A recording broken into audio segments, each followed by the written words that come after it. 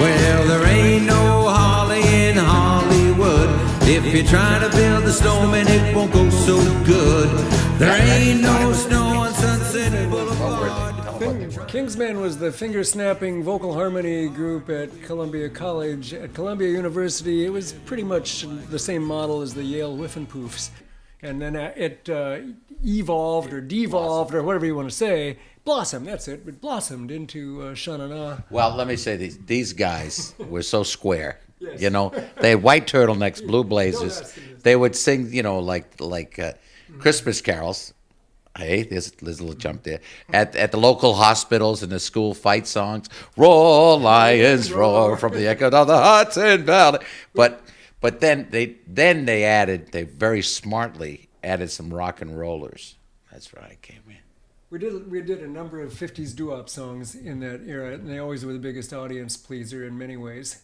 And the older brother of one of our, I think he was the official president of the Kingsmen that year, his older brother there in graduate school came to rehearsal all ecstatic because we'd done this performance in which we included a number of... Little Darling. Yeah, we included a number of doo-wop songs. I was there. And we did other stuff too. And he goes into this rhapsody about how the rock culture was getting too self-scrutinizing and all uptight, introspective. And the 50s, the whole idea of celebrating the primal rock and roll was really appealing in the context of the pendulum had swung too far. The pendulum had swung so far that it was now ready for us to represent and recapture the essence of rock and roll.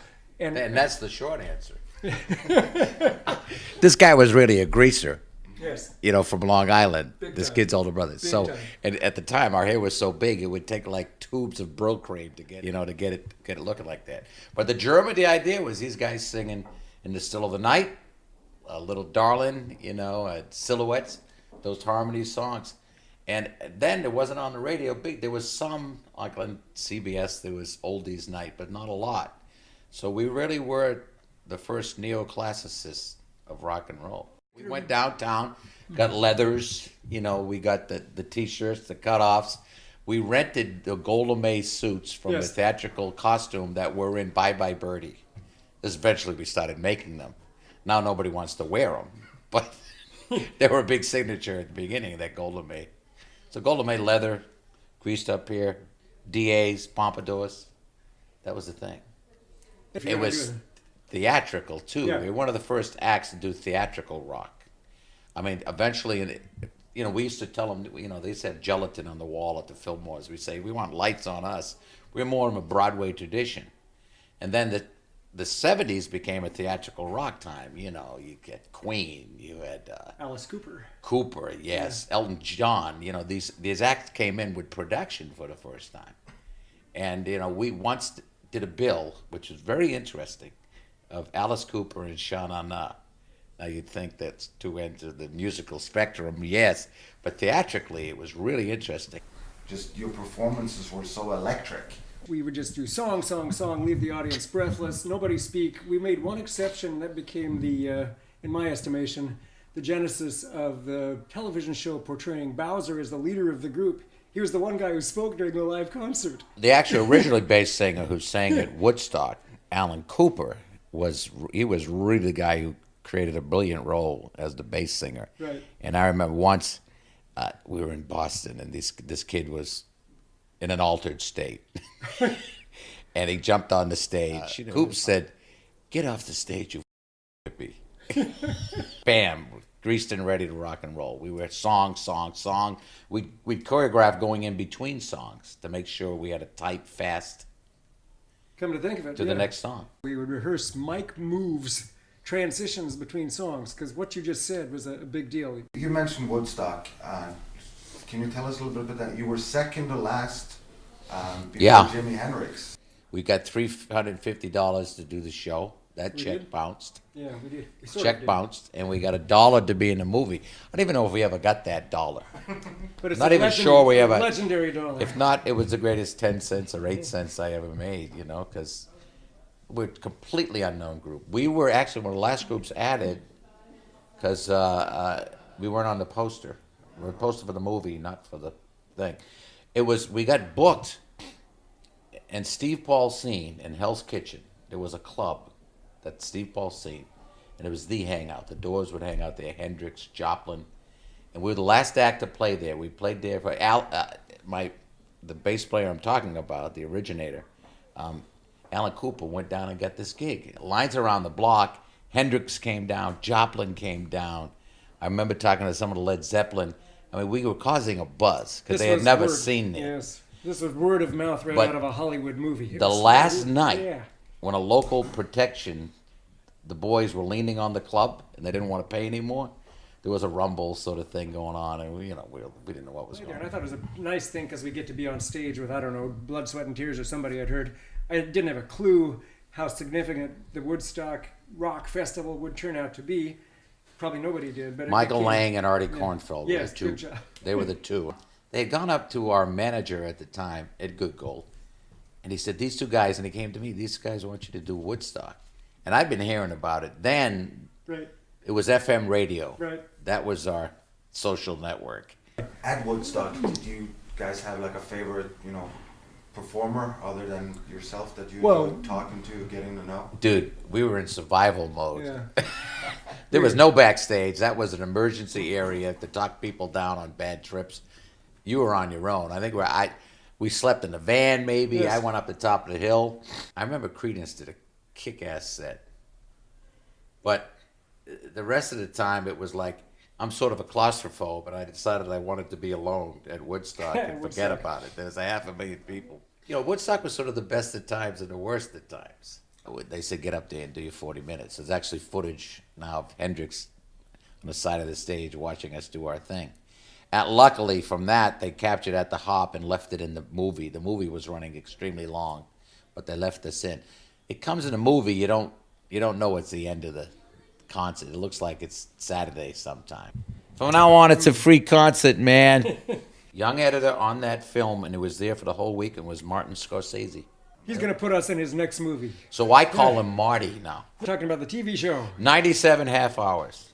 Procter & Gamble wanted to sponsor a show, and they wanted the syndicated sort of monkeys-like Half hour.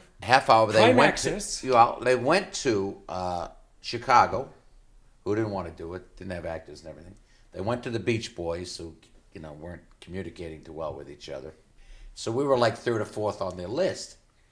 And fortunately, we had the musicians, the singers, and the actors all self-contained. And 4 or 5 of us did have chops. At Bora High School in Boise, Idaho, I was the lead in The Rainmaker, the musical production. That's it. Forget that. He was Kanicki in Grease. I'm not impressed. He was Kanicki. Give it up. Come on. Anyway, we made a pilot. It tested well.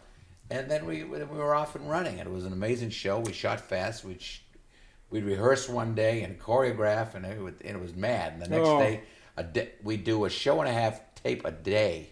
But it was cool. It was, and it ran well, and then it sort of got knocked out of the box by Entertainment Tonight kind of shows. They all came on big, and then out of there. And Patricia Birch and Randall Kleiser were looking for the choreographer and the director. They wanted to augment the songs from the play with classic old real hits, So that's where they came to our TV show, watched it, and they all thought it was great. It was like done like that. And then we spent a week shooting at the hop scene, the big hop scene they had. So we sang, we did sing one from what's Magic Changes. But then we did Hound Dog, Tears on My Pillow, Rock and Roll Is Here to Stay, Blue Moon. So we bought the titles of the original titles from the 50s, late 50s, into the collection for the film. And then they also added, Olivia Newton-John added some originals. And that last minute they said they need a song for Travolta. And Scott was hanging out with Louis St. Louis. And they co-wrote Sandy, which they needed for the drive-in scene in about a day, and it was recorded 2 days later, and then they were filming against it. Stranded at the drive-in. So streamers, we do that in our show every night. It was really ostensibly just the movie version It of, was of the movie version of of the the Broadway play. musical. The Broadway musical of Grease was a big hit, and I would submit because of the whole 50s obsession, it probably wouldn't have happened if Sha Na Na hadn't been there earlier with our success, or even Happy Days. They actually came to us when we were developing that off Broadway, but we were sort of kicking off and doing on touring and everything. They said, "Do you want to get involved with? We have a little workshop, you know." And so we said, "No, we're actually out here, you know, making good dough. We're on concert tour." And, Yeah, but it thank sounded- you. So it what sounded- goes around comes around. You know, whatever. It was 7-8 years later, we're in the movie. To us, Travolta you know, was a sweet man hanging out when we had to hurry up and wait at John was great. Huntsville High School, whatever, Huntington Park High School, the original location of the prom scene in the movie. Hurry up and wait with John Travolta was very Yeah, he was pleasant. fun. He'd come over and we'd doodle at the piano and we'd sing some doo-wop. He was a very He was a nice guy. gentlemanly guy. He'd just guy. gotten finished with Saturday Night Fever, which is one of my all-time favorite movies. So Huge. if John Travolta ever wants us in his next movie, that's an option. Okay. Also, along Hey, with thank you. Thank you. we've been ShaNaNa.com. What? Actually, Rockin' what it is, Christmas. we've collected songs that we have done and released over the years. There were 15 of them, 15 of them. And then we have 6 brand new ones that are destined to be classics, we hope. which makes this an utter bargain. Donny wrote one bargain. called Say Ho Ho Ho. Yes. And I do a little cameo at the end as Santa Claus, which I'm very proud of. But Ho, ho, ho. I have one called "I Saw Mama Twisting with Santa Claus." Santa's on a diet. There's some fun songs in there, and they go from a Chuck Berry style song to a Stone doo-wop song to more like your thing is almost like a Four Freshmen tight harmony, middle of the road kind of thing that they used to do in the 50s. And we got a little bit of everything in there. And I was thinking Mitch Miller, actually, but nobody no, knows that's who that is. yeah, some people. Some do. people know who that is. but he knows. Sing along with Mitch. Anyway, Yeah, yeah. more research later. And then anyway, it was a lot of fun to do, and you got to check it out. You know, did I show it to you? It's at Did we it's say there are at 21 tracks? ShaNaNa.com, 21 Amazon. tracks. For retail. Amazon. I don't know, man. Look it up on Amazon.com. What's that title again? What's the name It's of that? you got to search around. iTunes, it's one thing, and then over at Amazon, it's another thing. But yeah, But the at least album it's- has a name. yeah, it's Rockin' Christmas. it's Rockin' Christmas, but it's the classic collection, not to be confused with other things. Hey, The songs on there will take their place So- alongside White Christmas, and our grandchildren will never have to work. there's one called "I Got the Blues for Christmas." Hurry! Did you write that? What a coincidence! I produced it. What did you say the title is again?